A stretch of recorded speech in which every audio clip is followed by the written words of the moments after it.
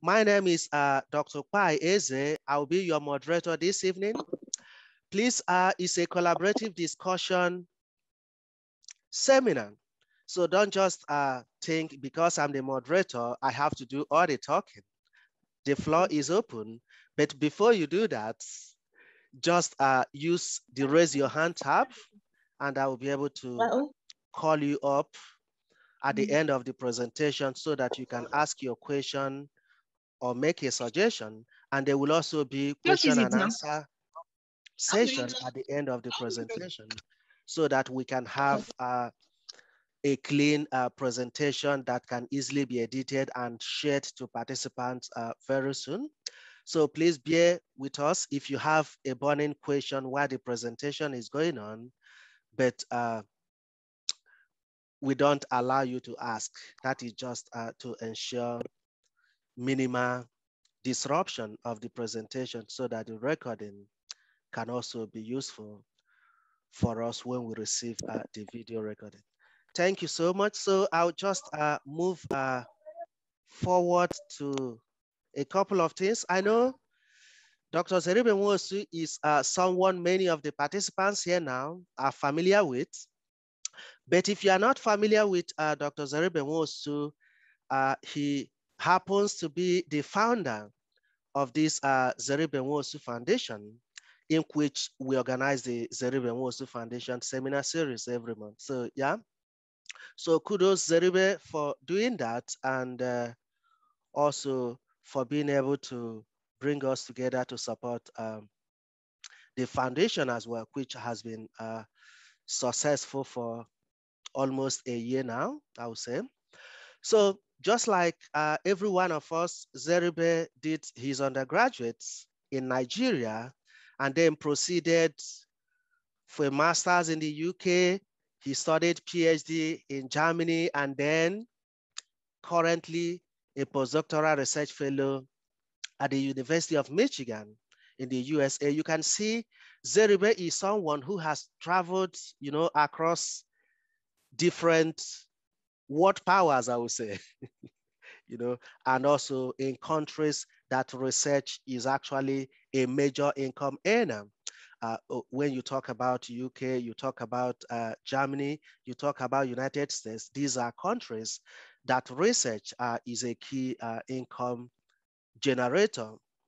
So yeah, he will be able to tell us a lot in this writing research proposal because of his conversant knowledge in these areas. So something I will also want to highlight is about his research interests. So after the presentation, if you think maybe there is something you want to discuss with him, one thing we do encourage people is collaborate in research, even if it is writing reviews, comprehensive reviews, critical reviews, or systematic reviews and meta-analysis. That is one aspect collaboration do normally start, and it can progress to maybe looking for funding or fellowship funding to actually do a visiting research fellow or something like that.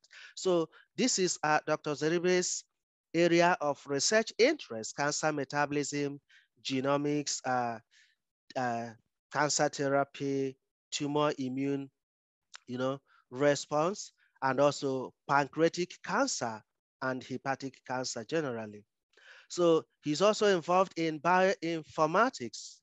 So if it is an area you need some advice, Zeribe will be able, he will be handy to also give, you know, an advice in that area.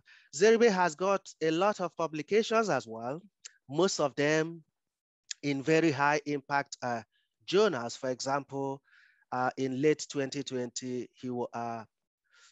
he was a co-author in a paper that was published in Nature, which is very, very wonderful for that. So he's an amazing guy whom I have known for, I would say now, for over 20 years now, when we did our undergraduate days in Ebonyi State University. So I will just give a summary of the participants survey which we generated. If you look at the information we've got here, for those who say they've got bachelor's degree or HND are the majority of the people who have signed up for this seminar, and then master students is following, and then undergraduate students. So there is a very nice spread, and hopefully these are groups as well that will benefit much in the presentation to them. Even the PhD students, the postdoctoral researchers will also benefit because research is universal. And also, if you don't fall into this group, believe you me, like I mentioned at the beginning, all of us do research in one way or the other. Even if we are in marketing, from time to time, we do some market survey, some feasibility report, and all of that. So when you write all of those, they do follow the format of research. So yeah, all of us will benefit from that. So before I hand over to Dr. Zeribe, we've got some YouTube channels, we've got Telegram group, and we've also have a Facebook page as well. I'll be sharing that in the chat box. Please do ensure you follow those channels, you subscribe, you like our Facebook channel so that we can grow and then touch more people, reach out to more people so that so many can benefit from the work being done by Zeribe Nwosu Foundation. Thank you once again for joining. Dr. Zeribe, over to you. Great. Thank you very much, Dr. Bai, for that fantastic presentation, introduction. Yes, it is really exciting that we've done this now for almost a year or even more than that. Actually, we started seminars one way or the other in 2020, so it's quite some time now. All right, so I want to thank everybody for tuning in today, and it is my honor to, really share this experience with respect to research proposal writing.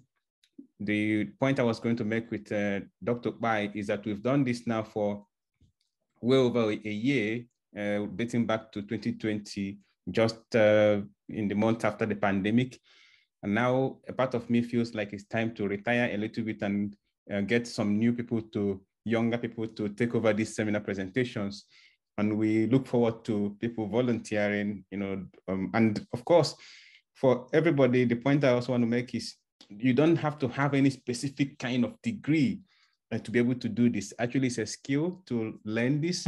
And then if you develop it, it's something that you can apply. If you're a teacher, it's something that you can apply in any session, maybe in even community, village meetings, wherever, where you have to give a presentation, you will find that, your mouth will be much more stronger and you'll be able to articulate your points much more coherently when you practice these sort of presentations and seminars very frequently. So it's actually a win for everybody if people take advantage of the platform we have created here to practice presentation at multiple levels. With that being said, the presentation is on how to write a research project proposal. So what I would try to do is to sort of, discuss, very systematically, and I don't have a lot of slides, how a research proposal can be articulated, some of the key elements that I would like us to be aware of. And with that, hopefully, that we'll be able to put together a proposal much more confidently. So I will touch briefly on the purpose of a research proposal, the key components of a proposal. That includes a title, introduction or background, hypothesis or aims, significance and innovation, preliminary data, methods and alternative approach, expected results, future directions. And then, of course, there are some additional components that I would like to highlight and also some general notes that I would like to make. Then we will have questions and answer session. All right, so the purpose of a research proposal is basically, to define a problem and to also itemize the steps that you would take to address those problems. You want to convince the reader that the project is important. And actually, you also want to make the reader excited about your proposal. Then you want to demonstrate, that you can do the project and that you know what it will take. You know the material cost, you know the time cost. You know, if it is something that you would have to go from one location to another location, you are aware of the specific spots or regions or places you would have to go to assess the key materials or the key methods you need to deliver that project. And there are many areas where we apply research projects. You know, one very obvious one for most of us in the audience is, you know, our thesis. You must have written a bachelor's or master's thesis. So there was a research proposal in that sphere as well. Maybe sometimes it's not very obvious. You know, sometimes it's just actually not, you know, you are just told, given a topic, and you get into it and start doing experiments and start compiling results, which is why majority of those projects that are done at undergraduate and master's level, especially in our home country, end up not being used because people don't necessarily think too much deep into the project. It's just, it becomes an exercise to sort of pass exam and pass and get a certificate. But ordinarily, there should be some thinking into that proposal. Of course, as a postdoctoral research effort, you could also, or you very likely have to write a research proposal. Most often than not, research proposals are components of a grant application. So the grant application is a bigger package, and then research proposal may just be a small part of it, sometimes a significant part of it. But, you know, it's often a component of a bigger grant application.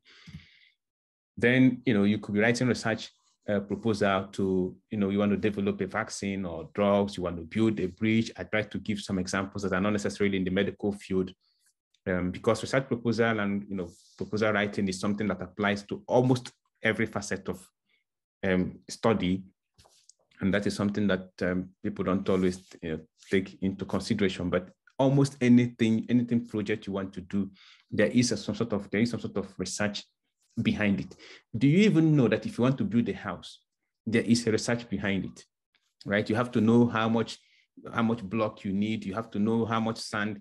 If you get to where people build houses, you will see that they pay attention to so many tiny details, up to nail, the number of nails they need to build a house. So it's a project, all right? And you know, even though it's not necessarily pure research per se, the principles are the same. You have to know exactly what you need to assemble that product. All right. So we could also do research as part of a strategy to help the government to sharpen its policies. You know, for example, government might want to say, oh, we want to ban the use of plastics, or we want to ban the use of printers, you know, for people who are talking about, you know, the environment and, you know, ensuring that we minimize carbon footprint, etc. That can be a subject to then say, can we find any correlation between printing of papers and high carbon emission? Because otherwise we'll just be doing things at random. So we have to do a research to determine whether it is really worthwhile to stop people from printing, because that will, in essence, help us to conserve the environment, preserve the environment, and reduce the carbon footprint. So something like that can be a basis on which the government will, you know, formulate its policies. So with that being said, one of the key areas you really want to pay attention to is the title. The title of your proposal should be short, like very short. You want to keep it around 7 to 12 words. If it goes more than that, too much, maybe 2 other extra words for some specific reason why you really have to have those 2 extra words. But otherwise, you want to keep it very short and very sharp. You want it to be clear and simple, easy to understand. In principle, the best proposals or projects are the ones that the title itself is quite simple for even someone who is not an expert in your field to understand it. Okay, you want to avoid abbreviations unless if it is conventional. For example, something like DNA. If I say DNA, even without people knowing the full meaning of that, deoxyribonucleic acid, somebody who is an engineer, somebody who has no business whatsoever with genes, we will understand that DNA refers to something about inheritance. And so that is a very conventional abbreviation. You can use that in a title. Otherwise, you try to avoid abbreviations that will make people to start looking for dictionary. Okay, if possible, your title should give a sense of either the method you're going to use or the sample cohort, where you're going to get the samples you're going to be focusing on. It should give some insight that people, again, people will place things in perspective. And I've given some very basic examples here that I just on my own just coined. Somebody could be interested in studying gas flaring. We know that there's a lot of gas flaring in the Niger Delta. You want to study how that correlates with air quality in the Niger Delta. That is a research project. It can constitute a major interesting proposal. They can study the economic impacts of bills that are passed in the last decade by the people in the National Assembly, with the goal to try to understand whether those bills are actually helping the economy or they're dragging the economy southward. So that can be a project. You can study the effect of the internet on childhood education. We know for sure that the internet has a huge impact. This can be a project for people in communication. This can be a project for people in the social sciences. It can be a project actually for someone in the health sciences, somebody who is studying psychology, behavioral psychology. And this can be a project for them. Is the internet making the children more isolated? Is it making the children more, willing to engage in communication, etc.? Those are all projects that one can really delve into and propose. To determine factors affecting building quality in sub-Saharan Africa can be a project. You can, somebody can sit down and say, oh, we have found that, it looks like most of the buildings that have been erected in the last 10 years are collapsing, and we want to understand what factors are really necessary for having better building qualities. That can be a project. Treatment of COVID in elderly patients can be a project, where you have a specific patient cohort, where you're saying that we just want to focus on elderly patients and we want to know how effective COVID treatment in these patients is. You can assess the effect of temperature as a contributor of to coronavirus spread. That can be a project. So the reason I did highlight some of these is that people always, I've had so many conversations or so many emails or communications from people where they are asking me, what project do I pursue? What is an interesting project? And I think that was also one of the questions that we saw in the forms that people filled. How can I choose a project that is exciting? For me, I can tell you that even though I'm not necessarily in the politics space, at least for now, this economic impact of bills is already an exciting project. I'm not in the engineering field or environmental science field, but gas flaring and air quality in the Niger Delta, for me, it's a very exciting project. I just thought about that today. It's something that I would, actually would like to work on if somebody gives me the opportunity to do that. So any project can be exciting, so long as you know how to package it, and the title should be this sharp, so that anybody that just sees it will immediately grasp the key message and what you want to do. And I think every one of us will agree that even someone in the primary school is very likely to understand what these projects are about, even though they may not know exactly what is inside. And that is where the introduction and the background comes in. You want to give people reasons to be excited about your project by telling them what is known and where you are likely to take your project to. So you want to introduce a key concept in a very simple general term. For example, I use a very random example here. I may be dealing with a project on houses. Then I start with an introduction. Houses are buildings that provide shelter to people. You want your first lines of introduction to be something that people will not start arguing with you about. It should be a statement of fact, something that nobody will dispute. So actually, in principle, your research proposal should go from what is well known to what is not well known, right? Everybody knows the importance of having a house. So nobody's going to argue with you on the relevance of that. That is the kind of subject matter you want to start your introduction with. Because if I'm already disagreeing with you from the first line of your introduction, then there's no way I'm going to read the entire proposal, and there's a likelihood that it's not going to fly with me. So therefore, Keep it simple. Avoid complex vocabulary. You don't want to use one word that if I read the first line of introduction, I will then start looking for Oxford Advanced Dictionary to understand it. At that point, you have lost me. Okay, so keep it simple, use simple vocabulary. Okay, this is a place for you to state the importance or justification of your study. Okay, give literature review, what is already known, what is new, areas of conflict or debate, where people have various opinions and evidences. So this is always the case that we are arguing that, and we saw that a lot with coronavirus, right? Some people argue that a particular vaccine will produce a particular effect. Other people come up with saying vaccine is not important. So if you are writing a review, if you're writing a research proposal, your goal is, or one of your aims, especially in the introduction, is to present a balanced opinion. You want to present for those who agree with vaccine, and you have to present for those who disagree with it. And then it is your job to tell people where you stand, where you stand and where you want to push your own project.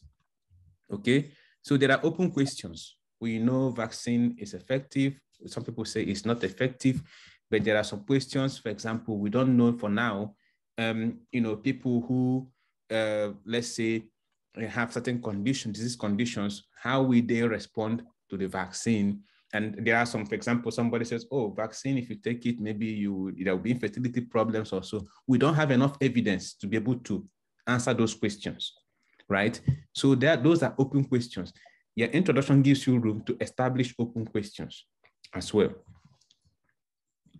And this also goes in the direction of when somebody's asked the question, how do I know which area to focus on?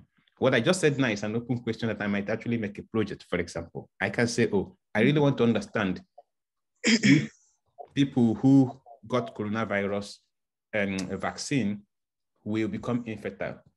So I will tell you the lines of experiments I might want to do in that line, one of which will be to start from now to keep track of all the people who have taken vaccine and then see in the next 10 years or 20 years, how their fertility status will come up. Or maybe I want to check some fertility hormones, etc. But the point I'm making is you can pick up a research question from anything if you are following the line of argument and if you itemize them very correctly in your proposal as well. All right. It should contain statements of fact. I mentioned that before. I like to use figures and statistics. If you tell people that 20% of Nigerians or 50% of Nigerians are, let's say, just let me use a positive spin, 50% of Nigerians are very rich people. Nigeria is 100 million, it's a country of 200 million. 50% is like 100 million. Then I will immediately look in, and then I will tell the person in perspective, that is more than the population of Germany or population of England, that 50%. Then the people will become really excited because not only you've given them a percentage, you've put it in perspective so that even if they don't understand the percentage, they can understand, oh, by extension, we are talking about a population that is more than the population of a country, major countries like Germany or England. So you want to use statistics, you want to use numbers and percentages to convince people that what you're doing is important. Okay, cite references. When you make a point, you want to cite reference so that people can go back to that particular source if they want to be sure of if they want to confirm what you have told them. And that makes them more convinced. The more they can validate what you are telling them from an independent source, you're telling them, oh, look, this I just mentioned here has already been published. The more you can present an independent evidence, the more they are more likely to buy into what you're proposing. All right. So you could use images if you have one or two of them, and then keep it short, the introduction. And there are a couple of sources that you can refer to when you want to do background literature review. For those of us in the medical field, PubMed is a great place you can go to. There's also a directory of open access journals, which I think includes both engineering journals or all manner of other subjects, arts and science, communication journals. And this is also a very great place, but there are a lot of other databases you can look into to search for, your subject of interest and see what has been done already in that space and what more can be done to understand that subject better. All right. So I mentioned earlier on introduction, focusing on subject on facts, making statements of fact in your introduction, because again, you don't want people to start arguing with, in their mind, to start disagreeing with you or arguing with you at the time they're reading your introduction. They're just reading the first line or second line. You mentioned 2%. They say, oh no, but it's actually 20% or 50%. So you want to get your facts right. And then, for example, using again COVID situation, I took this map from the World Health Organization this morning. We can see that compared to other countries of the world, countries in Africa have lesser incidence of coronavirus. So you see the color legend here that tells you the proportion. So we are having like 50,000 to 500,000. It's a number that was probably falling into Nigeria, is falling into. And then you have over 5 million at this, some of these countries, some of these Western countries and some South American countries. So when I say that the incidence of coronavirus in Africa is considerably less than that of other countries of the major Western countries, nobody's ever going to dispute that, because if they want to dispute it, I just tell them, okay, this is my source, the World Health Organization, and it's a big authority when it comes to health matters, and so nobody's going to argue. So you give people what nobody will argue about, at least in your introduction. Okay, so we could have a statement of fact, as I mentioned earlier on. You give in your introduction, you can try to argue for possible reasons, that this could be genetics, geography, whatever that, and you use resources that are available to you in those other databases that you may have searched to argue and support your argument. But keep your argument constructive. So make a constructive argument. Don't go, and what I mean by that is don't go criticizing other people's opinion. For example, let's say somebody says, let's just use a very simple one. Coronavirus vaccine is good. And there's another person on my right that says coronavirus vaccine is bad.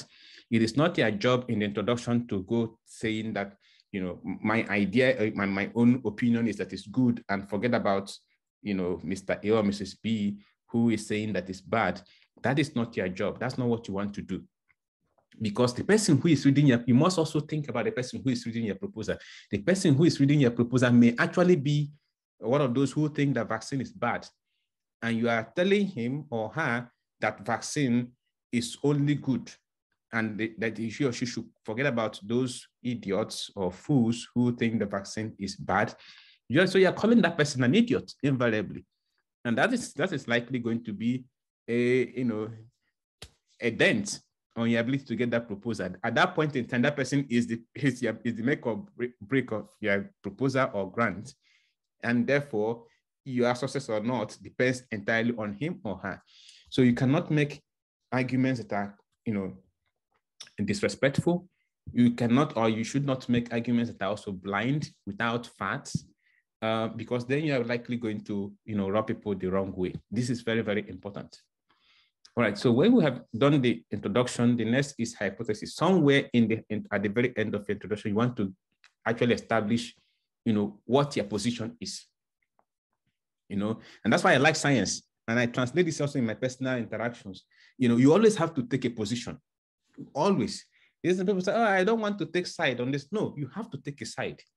You have to. There's no other way. If there's something, an argument on something, whether it is a vaccine or whatever it is, you have to establish a position based on fact. If you don't have the fact, okay, that's fine. You say that you don't have the fact, but you have to establish a position at some point rather than, always sitting on the sideline.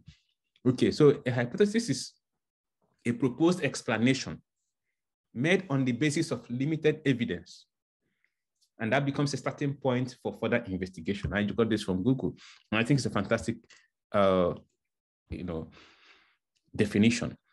Now, what I mentioned before is, that there is a low coronavirus incidence in Africa based on the fact that I have presented before you now.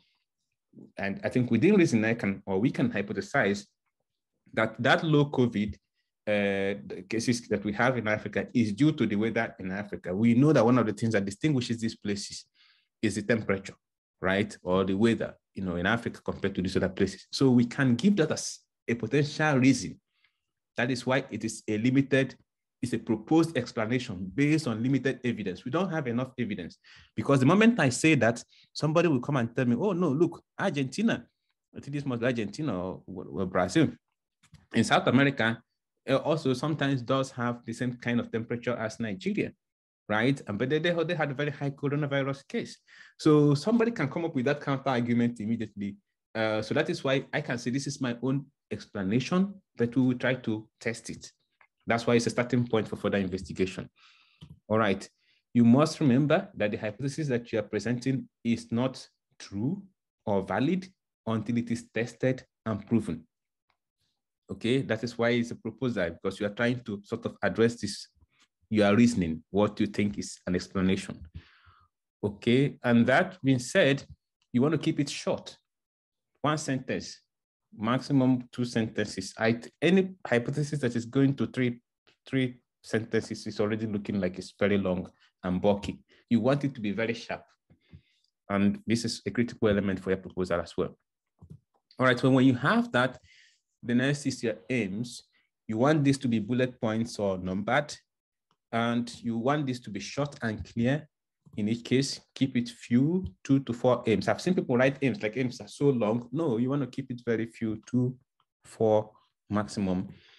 Then you should provide insight on how, how you want to do this, answer this question, how you want to solve this problem. So you should give us a sense. And I'm going to share an example of that in a bit.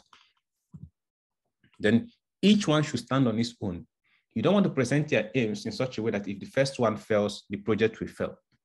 No, you want to present it in such a way that if the first one fails, you can move on to the second one, and at the end, you will still get something out of your research. Okay? The aim should not try to anticipate or preempt the result.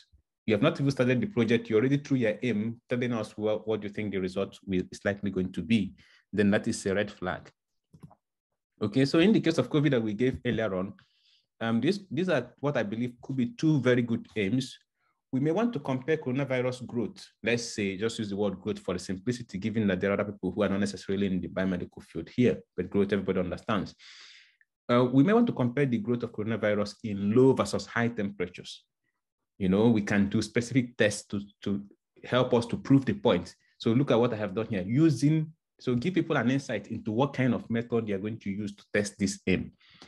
Then the second one, we may want to determine the expression of coronavirus genes in very extreme temperatures using qPCR. I believe everybody now knows what qPCR is, even those who also are not in the life sciences.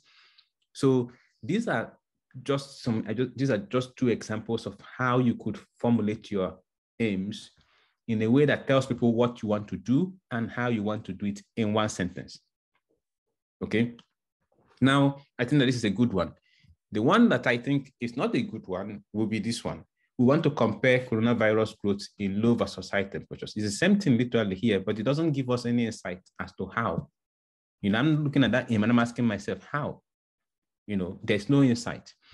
So secondly, we want to determine if coronavirus growth grows in low temperatures. This is one like a dead end aim. So if we do this experiment and then it turns out that it doesn't grow in low temperatures, so what happens? So the project is dead. Do you see the point? So this aim is so dead end that if I look at it, I can tell myself, oh, so that means that, well, if it works, it's going to be an interesting project. If it doesn't work, the project is dead. And nobody wants to give you a funding or approve you to do a project if there's an indication that the project is just going to die, maybe after 1 or 2 experiments that you do and find that, oh no, the virus doesn't actually grow in low temperatures. Then the third one is more towards trying to anticipate or preempt the result. I want to confirm if coronavirus does not grow in high temperatures. So you already have the feeling that it should be growing, and you are coming to test, you are coming to confirm it. So your aim should not be in this way that is sort of you already have a preconceived notion that you want to only just confirm. So therefore, this is not a good aim. All right. So when we have taken care of our aims and hopefully we've written it correctly, we've chosen to write aims that are very compelling and exciting, we now talk about the significance. Why is what we want to do important? The significance of your project must be clear that even somebody who is not an expert in your field can appreciate it. I've had to explain my work in pancreatic both on liver cancer and pancreatic cancer to so many people that actually have nothing to do with science. And every time they can understand it, some of them even, by the time you even mention pancreatic cancer, oh no, I had a relative that is actually a very killer disease, cancer. And I'm like, wow, they even know the main problem, which is that the cancer has a very high mortality, high death rate. So they don't have to be scientists to appreciate that point. And that is what your significance should do. Your significance should highlight the most important element of your work in a way that anybody can understand it. So this has been on the screen for a while. I believe you've gotten the key message, but I read that nevertheless, you should be short and should talk about the importance. You should emphasize what is likely going to be a new knowledge that we're going to gain from this, and the potential impact to the society. Now, for example, in the case of coronavirus, this strategy that we will apply, testing temperature could now justify encouraging people to do outdoor activities. And we believe that can help us to reduce coronavirus incidences and COVID and save lives. And we believe also that the project could be an opportunity for us to train students and build better communities, etc. So keep in mind that something is new does not mean that it's important. There are so many new things. Actually, before coronavirus actually became important, it was already in existence. I met somebody who told me that he has been studying coronavirus since 2001. So it was not important until it became important as such, okay? So you need to be able to explain the importance of what you're doing and in a way that a layman, an ordinary person will understand it. Then this should just be like 2 sentences. In some instances, it can be up to 1 page, depends on the project. Then the next one, people also, this is not something that is very common or that is well known for us in Nigeria. Preliminary data, we don't always think about it. People are talking about research proposal, and I'm asking myself, okay, what data do you have? They don't have the data. So usually, you want to have some evidence based on your own experiments or your own studies, feasibility studies, whatever it is, that tells you that what you're proposing is likely to work, or is, there's a likelihood that there is going to be success in that work. So that is something that you want to build on if you have it. Okay. Then, it should also be a way to emphasize, feasibility of your work, as I mentioned earlier on, because the method that you have used in this preliminary study is likely going to be part of the method you're going to use in your real proposal, in what you're proposing. And so therefore, you should give a sense that the project you're proposing is going to work and that you have the tools already to do at least some fraction of it. Okay, this is an example, just again, a very loose example. So we could, in the case of coronavirus, have a preliminary data that is showing us that coronavirus cases is low in Sokoto, right? Which is usually a hotter part of Nigeria, just for argumentation's sake, let's leave it like that, compared to riverine areas in Niger Delta areas, right? So we have already evidence that the COVID cases, number of cases, coronavirus cases here is low compared to the Niger Delta area. And now we may want to apply this to the whole of Nigeria, or we may have to apply this across Africa, but at least this is something that we can build on. I hope you're getting the central message of this preliminary data aspect because it's very important. Then it could be that we have already measured the genes of people who have coronavirus in Sokoto versus those in Niger Delta, and we found that there's a particular gene of interest that was expressed in those patients, but they're not found in people from Niger Delta. Now, as a result of that evidence that we have in our hands, we can actually argue that because we know that temperature in Sokoto is considerably higher, and that may be a factor that is controlling the expression of the presence of this gene. And then that's something we want to go and test. No longer now in patients from Sokoto, we want to test it in all patients from Nigeria. We want to test also people from other parts of Africa. This is how we use preliminary data.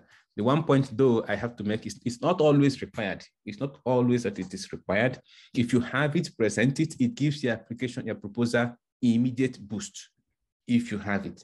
But if you don't have it and you are sure that every other person doesn't have it, everybody's on the same playing ground, then it will not count. Okay.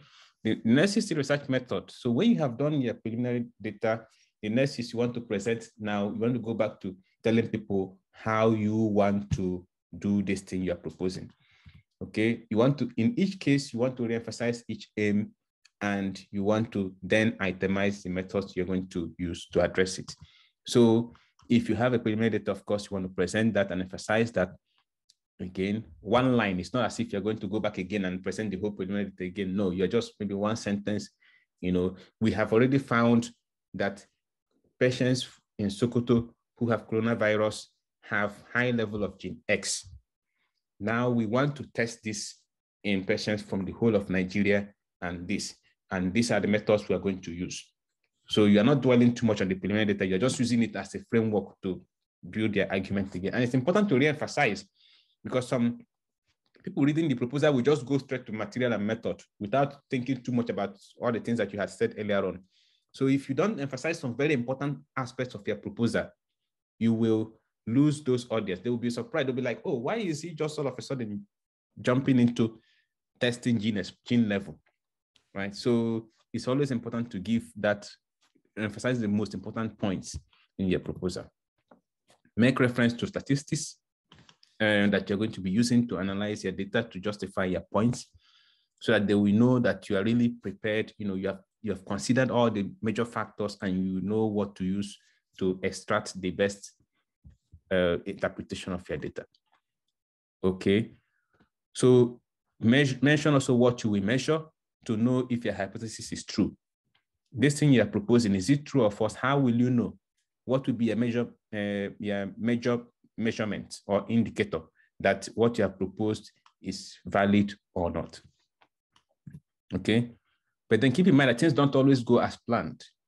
And so therefore, you have to tell people what you will do if what you proposed did not go as planned.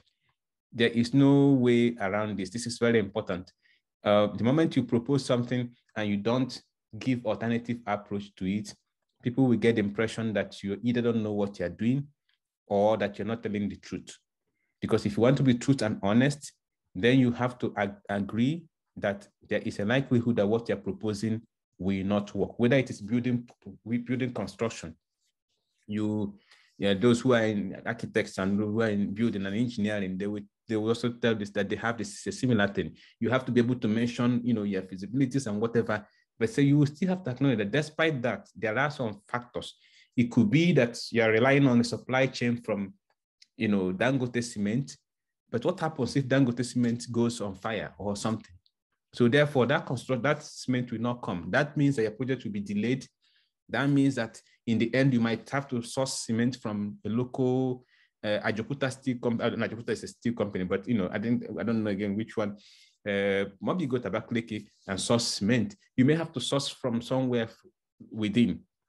The problem is maybe you have already made a proposal with the quality of cement that Dangote offers.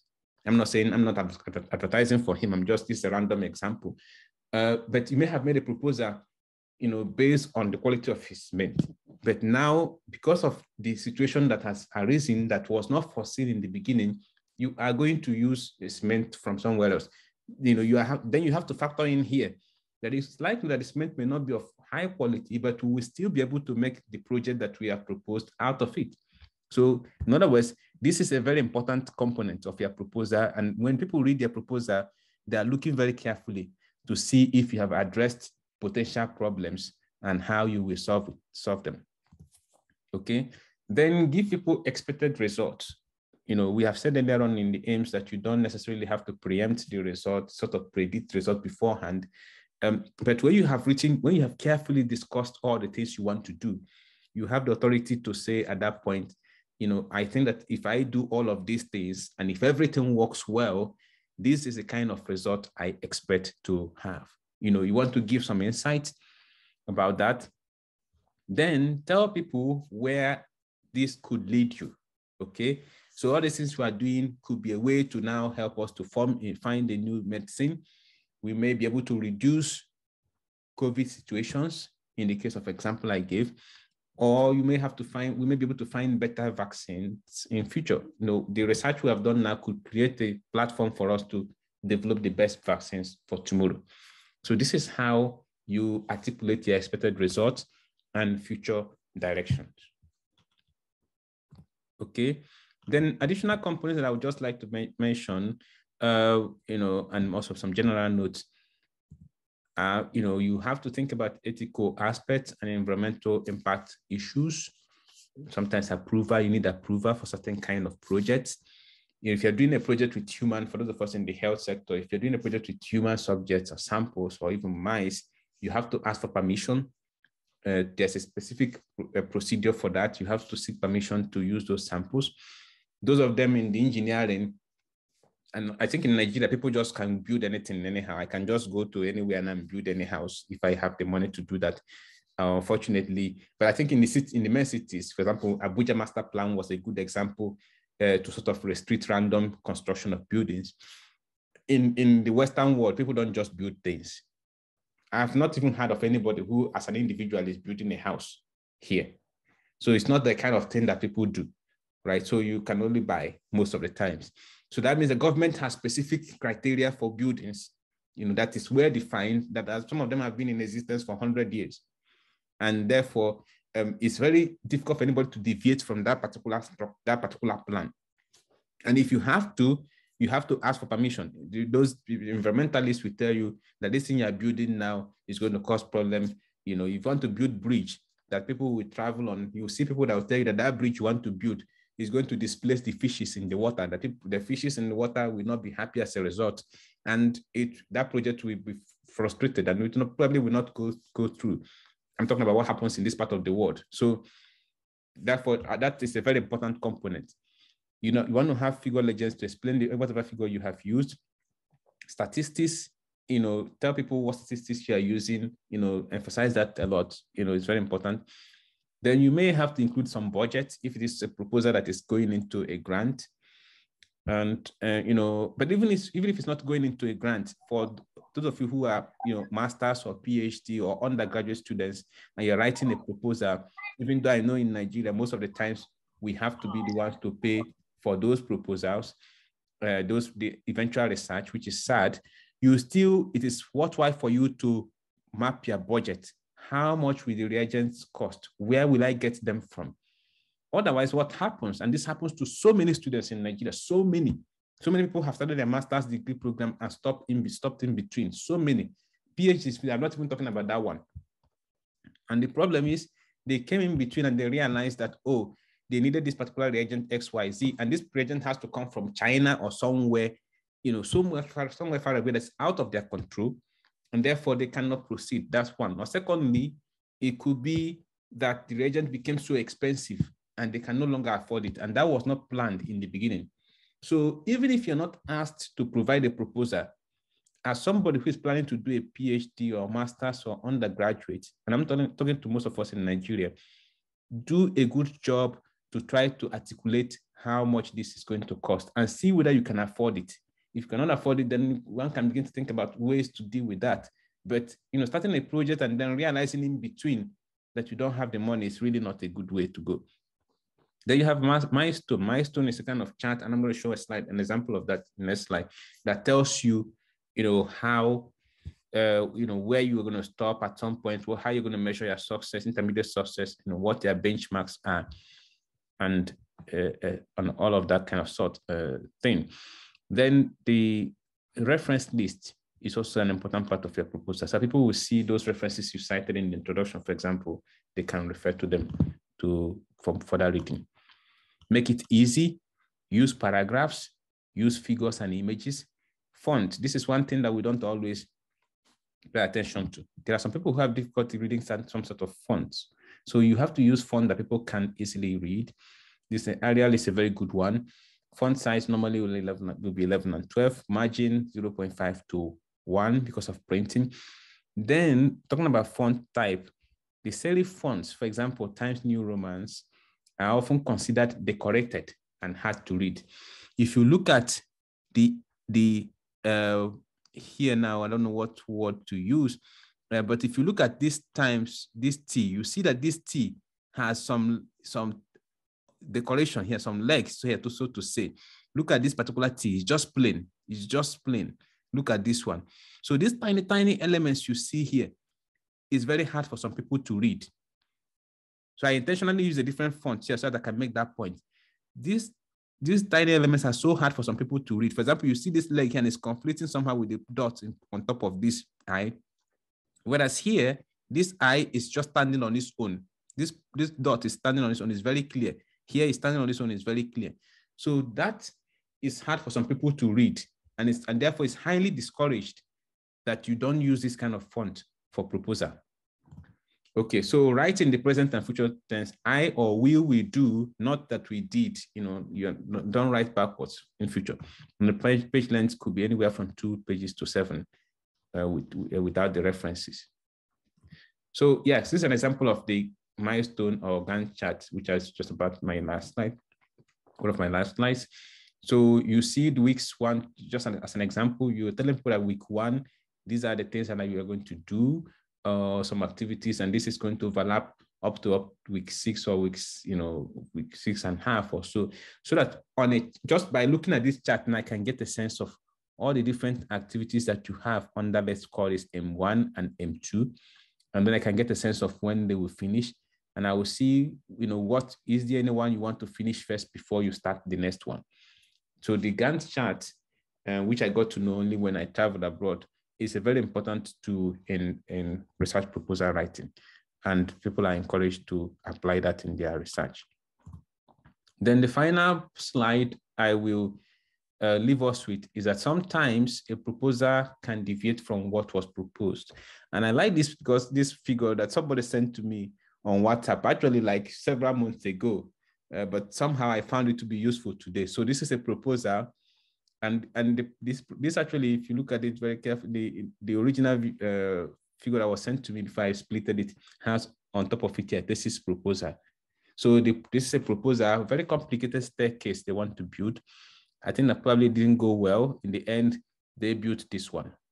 It is still a staircase. It looks like, in a way, it has all the elements, but just to make sure that there's a horse, they bought a horse and hang it here, but in the end, it doesn't matter, it's a horse. So what I'm saying in effect is sometimes a proposal may not come out as you propose it in the beginning, but if you know what you're doing, you will still be able to get something out of it. That's what I have written here in text. Okay, and you will still learn something from it. I think with that, I will stop. There are a couple of questions. The presentation is technically over. There are a couple of questions that are here, but I will take a breath and let Ifukpai, interject, and then we can just talk about some of this. We can just discuss on some of these points. Now, thank you very much. Thank you so much, Dr. Zeribe. You've done a wonderful presentation about research proposal, which I've also enjoyed listening to.